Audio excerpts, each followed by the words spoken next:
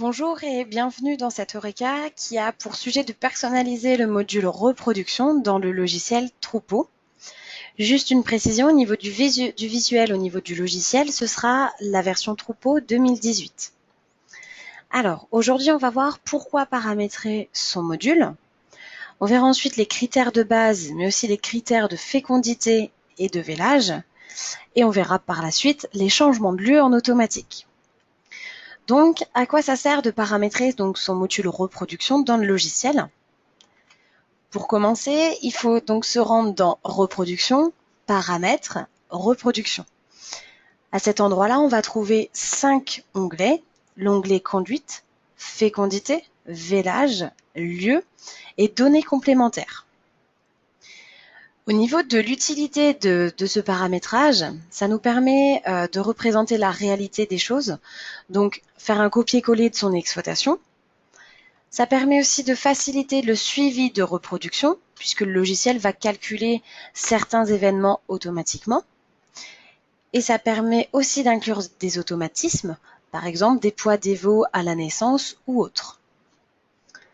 Alors, au niveau des critères, on a dans un premier temps les critères de base. Ces critères de base se retrouvent dans la conduite, mais aussi les données complémentaires. Ça nous permet d'activer des fonctionnalités dans le logiciel qui nous seraient utiles pour se servir de celui-ci. Ça nous permet aussi de reproduire la conduite d'élevage que vous utilisez. Et en plus, on n'encombre pas le logiciel puisque on a vraiment les modules qui nous servent le plus. Donc si on regarde dans le logiciel, donc si on est dans l'onglet Accueil, on a l'onglet Reproduction, Paramètres, Reproduction. Ici, on trouve en premier l'onglet Conduite et en dernier l'onglet Données complémentaires. Dans Conduite, on retrouve la possibilité d'activer ou non des fonctionnalités, en cochant ou décochant le diagnostic de gestation, les adoptions, l'allaitement artificiel. Au niveau des données complémentaires, ça nous permet de mettre un automatisme au niveau des prix des inséminations, de l'intervention, mais aussi ça nous permet d'avoir au niveau des diagnostics de gestation la possibilité d'en savoir un petit peu plus sur notre fœtus, pareil en cochant ou décochant. En plus des critères de base qu'on retrouve dans le logiciel, on a les critères de fécondité et de vélage. Au niveau des critères de fécondité, on a un paramétrage par défaut qui nous permet donc de calculer automatiquement des événements sans avoir le besoin de le saisir dans le logiciel. Par contre, on a aussi la possibilité de modifier ces paramétrages-là pour s'approprier le logiciel. Ça nous permet en paramétrant, ça nous permet d'avoir un bilan de fécondité qui est plus approprié au logiciel en lui-même et donc à l'exploitation. Par contre, il faut juste faire attention. Une mise à la reproduction qui est saisie dans le logiciel n'est pas un événement qui déclenchera une fécondité. Voilà, c'était pour préciser. Au niveau de l'onglet Vélage, on a des alertes donc, qui nous permettent de savoir si un animal est trop jeune, par exemple, au vélage. Donc, ce qu'on verra après, donc ça nous évite d'avoir des erreurs de saisie. On a aussi des automatismes sur la préparation avec, par exemple, le tarissement, le nombre de jours avant vélage, etc. Et tout ça, c'est reporté au niveau du planning, donc le planning des événements.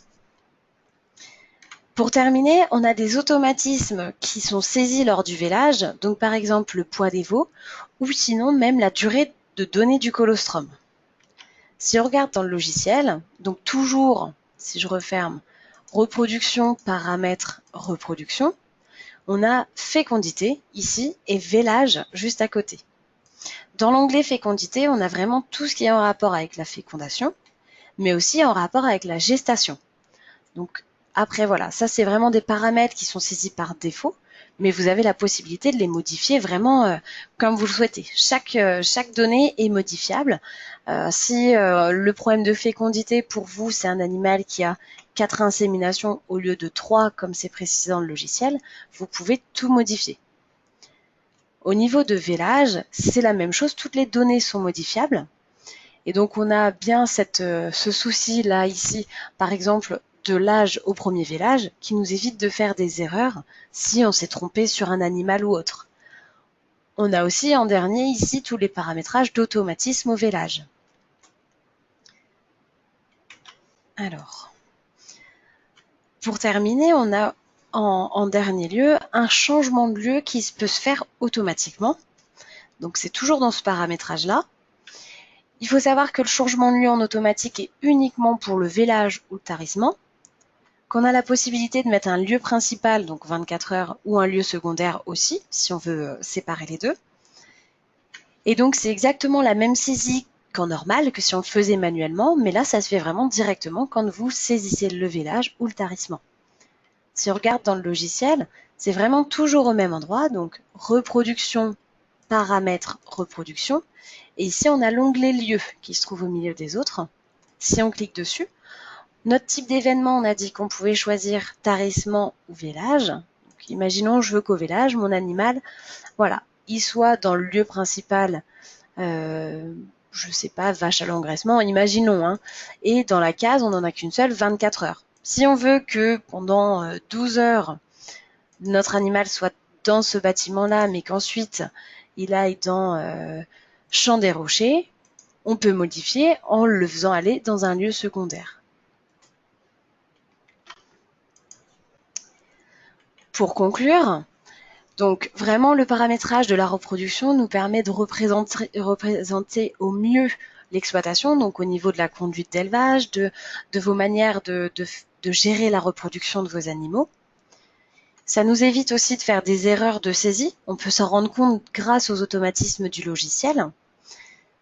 Ça nous permet aussi, en dernier lieu, d'avoir une précision sur le planning de reproduction ou même le bilan de fécondité, etc. Voilà, très bien. Je vous remercie en tout cas pour votre attention et je vous dis à bientôt dans un prochain Eureka.